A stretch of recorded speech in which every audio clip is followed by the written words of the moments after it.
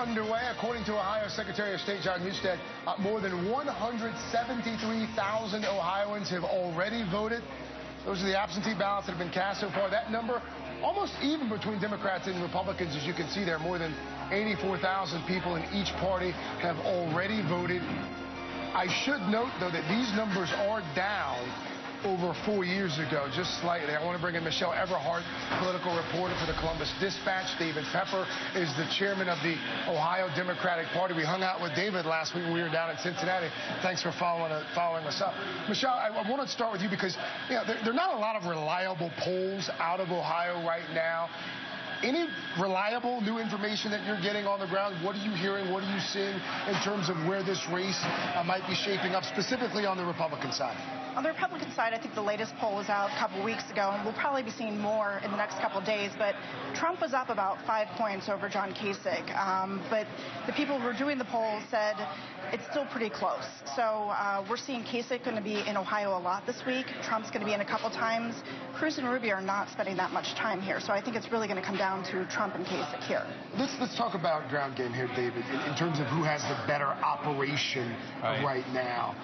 Trump, Kasich, Cruz, who's got the most boots on the ground? I'd say the Ohio Democratic Party does. We've got a good field staff working every day. We've got thousands of volunteers, and we also, both of our candidates do as well. So I can't speak to I think we're starting to see the Kasich campaign. Actually, what I'd say is I drive around Ohio. I've actually seen more Trump signs than anyone else.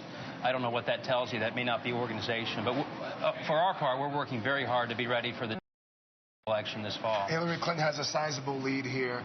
We have not seen Bernie Sanders in Ohio a whole heck of a lot. What kind of impact do you think that's going to have? They've both been here a lot. I mean, I'd say he was up in Cleveland just the other day.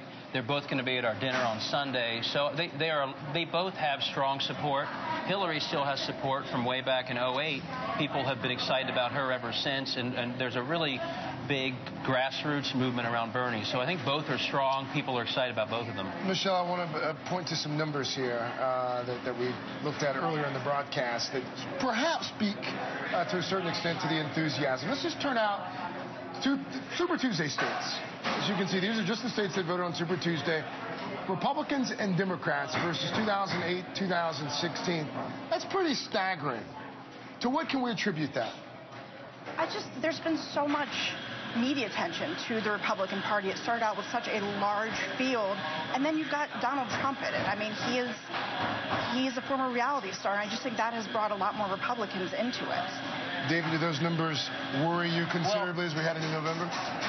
No, because what we're seeing, the other side has, 5, 6, 7, 8, 9 candidates, depending on what state, all getting their voters out. It's not a surprise that's going to draw out more voters than 2 candidates. We saw, I think, in Nevada, we reached the same turnout as they did in the caucuses. So we know that our Democrats are very energized, and I think they'll be even more energized by the prospect of Donald Trump being president. So we'll be energized. We've delivered Ohio in 8 and 12, and we're excited to do it again in 16. 4 years ago, I spent a fair amount of time here, specifically Cuyahoga County.